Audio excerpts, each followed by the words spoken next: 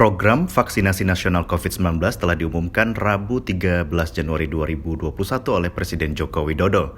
Sementara untuk daerah, vaksinasi dijadwalkan serentak di seluruh provinsi mulai esok harinya. Untuk Sumatera Barat, vaksinasi tahap pertama hanya akan dilaksanakan di 2 daerah, yaitu Kota Padang dan Kabupaten Pesisir Selatan. Menurut Kepala Dinas Kesehatan Sumatera Barat, Ari Yuswandi, untuk Kota Padang, vaksin diberikan kepada 9.128 orang, sementara untuk Pesisir Selatan, 805 orang. Masing-masing penerima vaksin akan mendapat 2 kali suntikan dengan jarak 14 hari. Menurutnya, 2 daerah tersebut menjadi prioritas berdasarkan arahan dari Kementerian Kesehatan. Selain diprioritaskan untuk para tenaga kesehatan di 2 daerah tersebut, vaksinasi tahap pertama juga akan diikuti oleh Gubernur Sumatera Barat beserta 10 orang tambahan dari perwakilan Forum Komunikasi Pimpinan Daerah. Provinsi Sumatera Barat, kita akan mulai besok pencanangannya yang akan diikuti langsung oleh Pak Gubernur. Kita rencanakan dengan 10 orang pejabat esensial. Termasuk di dalamnya tentu Forkopimda di Sumatera Barat. Nah, itu tahap pertama. Dan berapa jumlahnya?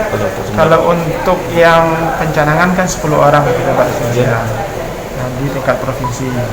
Nah, kemudian untuk selanjutnya di kabupaten kota itu kita hanya ada 2 saja tahap awal kick off ini untuk pemberian vaksinasi bagi tenaga kesehatan, yaitu Kota Padang dan Kabupaten Pesisir Selatan.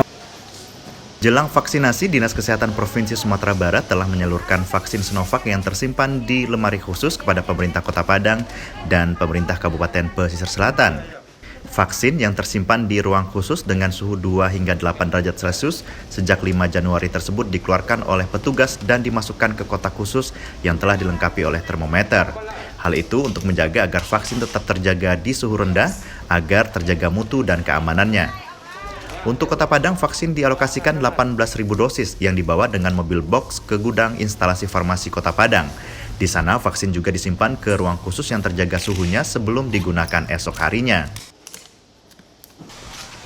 Pengiriman vaksin dari gudang vaksin Dinkes Sumbar ke instalasi farmasi Kota Padang berlangsung dengan pengawalan ketat personil Brimob Polda Sumbar bersenjata lengkap.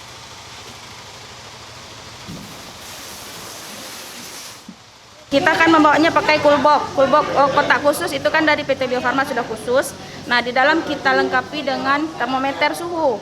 Nah, di dalam dalam kurung kita juga punya termometer suhu dengan suhu 2 sampai 8. Nah, nanti dari sini kan kita catat itu suhu berapa dari sini. Nanti di Kota Padang nyampe di Kota Padang berapa pula suhu nyampe di sana. Begitu kita dalam rantai dinginnya. Setelah vaksin tahap pertama untuk Kota Padang dan Pesisir Selatan, vaksinasi tahap kedua diperkirakan berlangsung pada Februari yang akan diikuti oleh seluruh kabupaten kota di Sumatera Barat dengan prioritas pertama untuk tenaga kesehatan. Kita ngikutin aturan dan arahan supaya vaksin ini bisa tersebar dan bisa terhenti COVID. Saya rasa itu baik ya untuk dilakukan. Kalau tidak, maka tidak akan pernah berhenti nanti COVID. Ikut pusat, sanksi nggak boleh buat sendiri, ikut pusat. Belum pernah sampai. Terkait pelaksanaan vaksin, Ketua Majelis Ulama Indonesia Sumatera Barat Gus Rizal Gazahar berharap pemerintah tidak melakukan pemaksaan kepada warga seperti dengan memberikan sanksi bagi mereka yang menolak. Agar jangan ada pemaksaan dan jangan pendekatan hukum dan berbagai ancaman yang sudah bertebaran di media itu, sebaiknya di Sumatera Barat pendekatan seperti itu tidak dilakukan. Jangan dilakukan pendekatan seperti itu. Karena ini adalah menyangkut hak pribadi masyarakat, nyawa mereka. Karena itu yakinkan bahwa kalau memang tidak ada mudarat dan tidak ada bahaya, yakinkan secara medis dan saya rasa masyarakat cerdas bagaimana menyikapinya. Tapi Sumatera Barat tidak menginginkan ada paksa-maksa. Vaksinasi sendiri merupakan salah satu upaya yang dilakukan pemerintah Indonesia untuk menghentikan penyebaran COVID-19 yang saat ini masih terus bertambah.